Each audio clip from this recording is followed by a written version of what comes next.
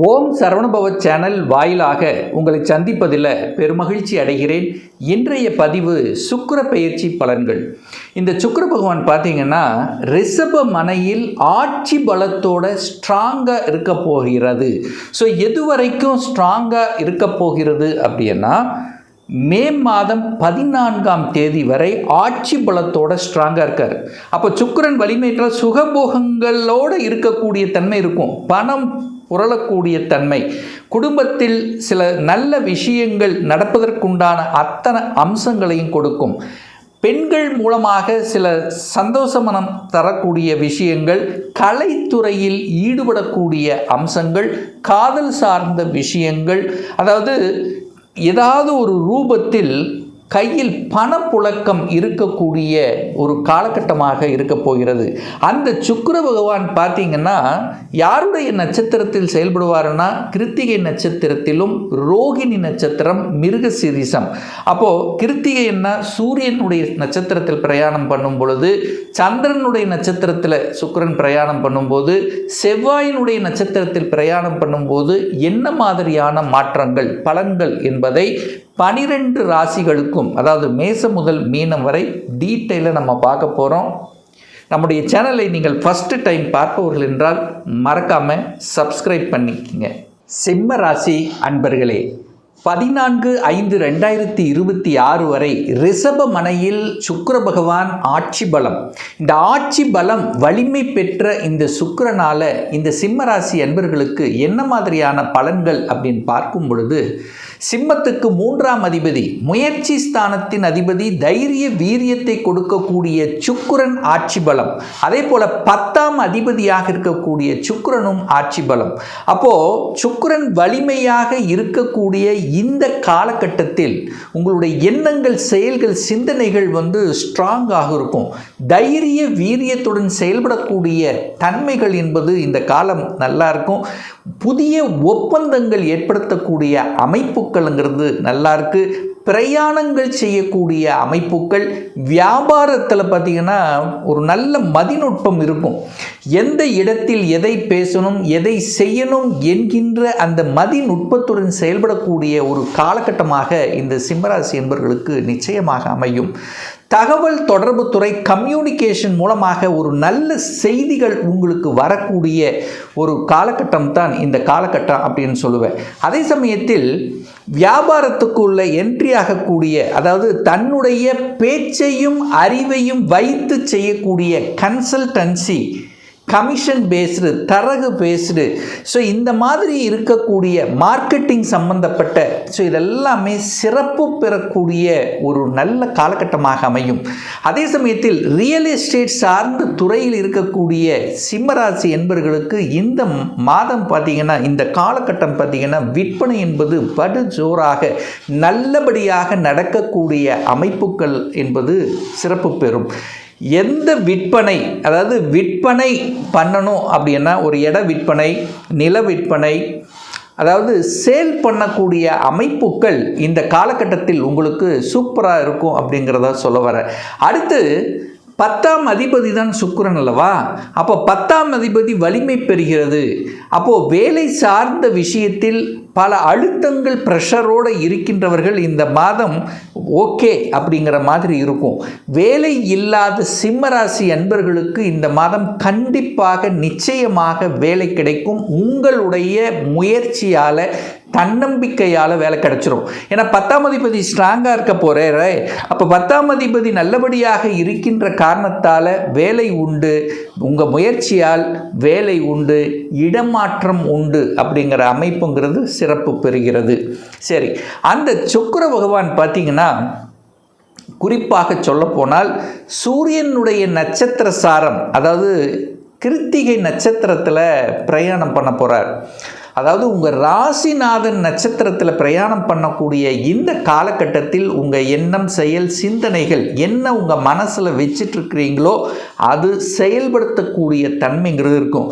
கொஞ்சம் அலைச்சல், திருச்சல், டென்ஷன், ப்ரெஷருங்கிறது கண்டிப்பாக இருக்கும். அதில் எந்தவித மாற்று கருத்து இல்லை. ஏன்னா சிம்மராசி என்பவர்களுக்கு இப்போ அஷ்டமசனி நடந்துட்டு இருக்கிறதுனால ஏதோ ஒரு வகையில் ஒரு அழுத்தம், ப்ரெஷர், டென்ஷன், வேலைப்பளு, ஒரு இடத்துல இருக்க முடியாத தன்மை, 2 மணி நேரம் வேலை செய்யக்கூடிய இடத்துல 3 மணி மணி நேரம் செய்யக்கூடிய தன்மை, இப்படி எல்லாம் ஏதோ ஒரு வகையில் ஒரு அழுத்தம் ப்ரெஷருங்கிறது இருக்கும். ஆனால் அதே சமயத்தில் வேலையிலும் உயர்வை தரக்கூடிய, பொருளாதாரத்தில் உயர்வை தரக்கூடிய ஒரு காலகட்டமாக இந்த சிம்மராசி என்பவர்களுக்கு நிச்சயமாக உண்டு.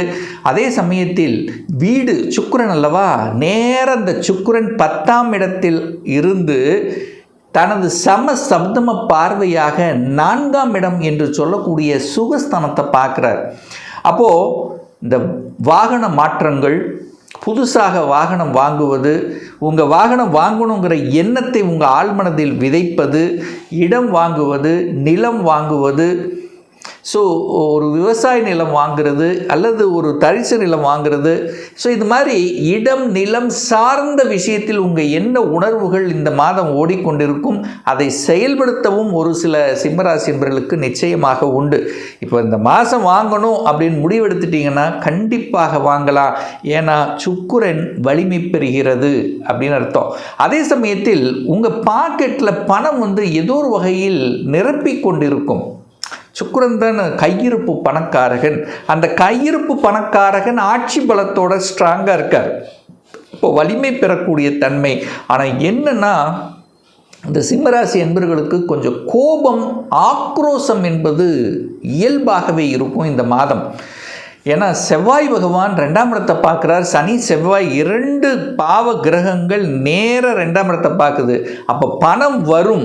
ஆனால் பணத்தை எங்கேயாவது ஒரு இடத்துல லாக் பண்ணிடக்கூடாதுங்கிறத ஞாபகத்தில் வச்சுக்கொள்ளுங்க. கோபப்பட்டு ஆக்ரோஷப்பட்டு வேலையை மட்டும் விட்டுவிடக்கூடாது. ஏன்னா இப்போ துணிச்சல் இருக்கும். டக்குன்னு யாராவது ஏதாவது சொல்லிட்டான்னா அப்படியே விட்டுட்டு போகலாம். ஏன்னா 10ஆம் இடத்துல சுக்கிரன் வலுவையாக இருக்கார். ஆனால் அதே சமயத்தில் செவ்வாய் சனி 2 பாவகிரகங்கள் வாக்குஸ்தானத்தை பார்க்குறார். பேசி விட்டுருவீங்க, அதுக்கப்புறம் யோசிப்பீங்க. ஸோ இதில் கொஞ்சம் கவனம் எடுத்துக்கொள்வது சிம்மராசி என்பவர்களுக்கு சிறப்பு. அதே சமயத்தில் ஹெல்த்தில் கொஞ்சம் அக்கறை எடுக்கணும். அதுவும் ஸ்டொமக் ரிலேட்டடான ஆஸ்பெக்ட். அடுத்து யாருக்காவது சுகர் இருக்கிறன்னா கொஞ்சம் கண்ட்ரோல் எடுத்துக்கொள்வது, தகுந்த உடற்பயிற்சி செய்வது இந்த சிம்மத்துக்கு சிறப்பு. ஏன் சொல்கிறேன் அப்படின்னா, 27/4/2026 பார்த்திங்கன்னா அந்த சந்திரனுடைய நட்சத்திரத்தில் பிரயாணம் பண்ணுறார் சுக்கிர பகவான். சந்திரனுங்கிறது உங்களுக்கு விரையாதிபதி, 12க்குரியவன். அப்போ அந்த சந்திரன் சுக்கிரன் காம்பினேஷன் வரும் பொழுது சுகர் ரிலேட்டட் கொஞ்சம் அதிகப்படுத்தும். ஸோ ஏன்னா சந்திரனுங்கிறது ரத்தத்துக்கு ரத்தம், அப்போது சுகர் ரத்தத்தில் அதிகரிக்கும்னு அர்த்தம். ஸோ இதில் கொஞ்சம் கவனத்தோடு செயல்படணுங்கிறத மைண்டில் வச்சுக்கோங்க. மனம் சில சமயங்களில் விரயத்தை நோக்கி இருக்கும். பணம் விரயமாகக்கூடிய அமைப்பு இருக்கிறதுனால சுப விஷயத்தில் கான்சன்ட்ரேட் பண்ணுங்கள். சுப காரியங்கள் செய்யக்கூடிய அமைப்புகள் ஒரு சிலருக்கு ஏற்படுத்தும். படிப்பு செலவு, திருமண செலவு, ஸோ இந்த மாதிரி செலவு, சுப விஷயங்களுக்கு செலவு செய்வது சிறப்பு என்பதை ஞாபகத்தில் வைத்து கொள்ளுங்கள். அதே சமயத்தில் கணவன் மனைவி, அதாவது பெண்கள் சம்பந்தப்பட்ட விஷயத்தில் கொஞ்சம் கவனம், எச்சரிக்கையுடன் இருக்கணுங்கிறத ஞாபகத்தில் வச்சுங்க. ஏன்னா சுக்கிரன் ஆட்சி பலமாக, அப்போ டக்குன்னு ஏதாவது காதல் அப்படிங்கிறது இழுத்துட்டு போகும். அல்லது பெண்கள் சார்ந்த விஷயங்கள், களத்திர சார்ந்த விஷயத்தில் சிம்மராசி என்பவர்கள் எச்சரிக்கை உணர்வுடன் இருக்கணும் என்பதை ஆழமாக மனதில் பதிய வைத்து கொள்ளுங்கள். அடுத்து பார்த்திங்கன்னா, சுக்கிர பகவான் செவ்வாயினுடைய நட்சத்திர சாரத்தில் பிரயாணம் பண்ணுறார்.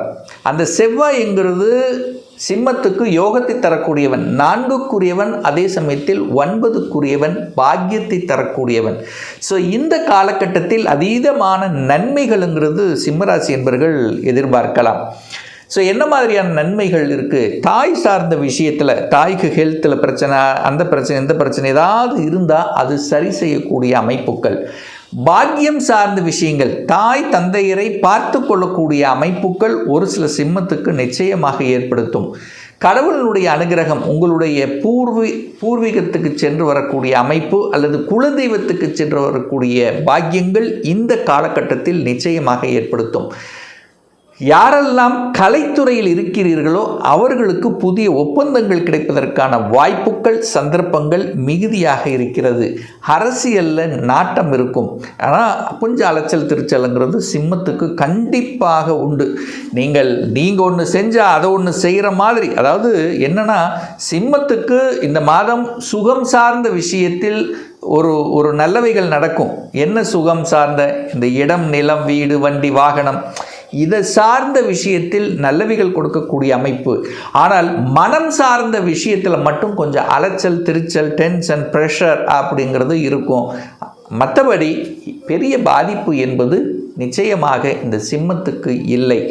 காசு பணம் பொருளாதாரம் நல்லா இருக்கும். ஆனால் பணத்தை கையாளுகின்ற விஷயத்தில் கவனமாக இருக்கணும். ஏன்னா சனி செவ்வாய் 2 பாவகிரகங்கள் 2ஆம் இடத்தை பார்க்குது. ஸோ இந்த அமைப்பில் ஓகே. கடன் விஷயம், 6க்குரியவன் 8ல் போய் உட்கார்ந்துருக்கிறதுனால கடனும் தன்னுடைய கட்டுப்பாட்டில் வைத்துக்கொள்வது சிறப்பு.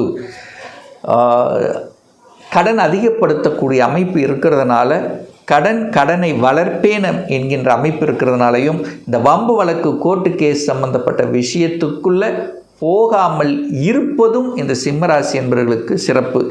ஆக மொத்தம் இந்த காலகட்டம் சில மாற்றங்கள், சில திருப்பங்கள் கொடுக்கக்கூடிய ஒரு சேஞ்சஸை கொடுக்கக்கூடிய ஒரு காலகட்டமாக இந்த சிம்மராசி என்பவர்களுக்கு அமையும்.